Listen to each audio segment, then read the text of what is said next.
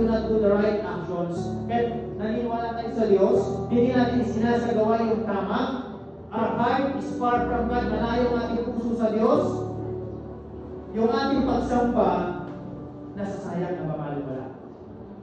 If we sing God's praises without feeling any affection for Him, yung bang during praise and worship, kumakanta ka lang, walang kasamang emotion, pagmamahal sa Diyos, sayang. We are, sabi ito, hypocrites. Ano hypocrites? Hipokrito, sinungaling, mandaraya, manluloko. Dito tayo. Kadalasan sa ating mga buhay ng mga Kristyano, mga hipokrito tayo. Di ba masakit sabihan na hipokrito ka? Sabihan ka sa harap-harapan na napaka-hipokrito mo, napaka-sinungaling mo, mandaraya, manluloko. Di ba masakit? Pero yun tayo. Hipokrito tayo lahat sa harapan ng Diyos. Kasi bakit?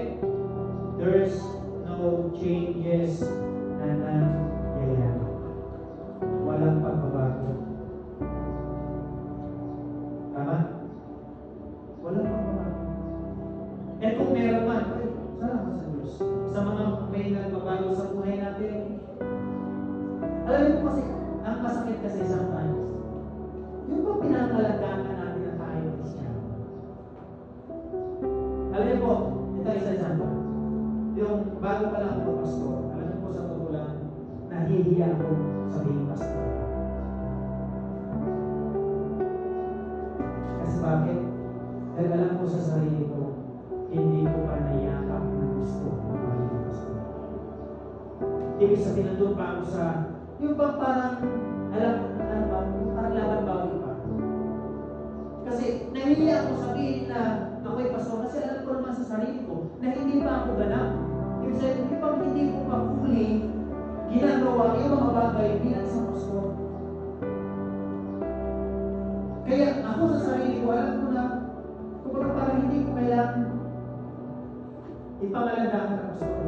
Kasi nga alam ko sa sarili ko hindi ko pa fully yakap yung pagiging pastor. Pero dapat pala umiyakap para masabi mo sa sarili ko that you are a pastor, that you are a Christian. Kaya huwag naman sana natin ipangalagapan na tayo'y Kristiyano, born again, full gospel pa. Pero hindi mo lang natin magawang magbago sa mga simpleng bagay.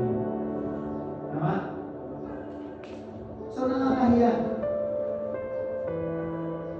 In short, we need right beliefs. Dapat tama ang ating paniniwala, tama ang action, right actions, and right emotions.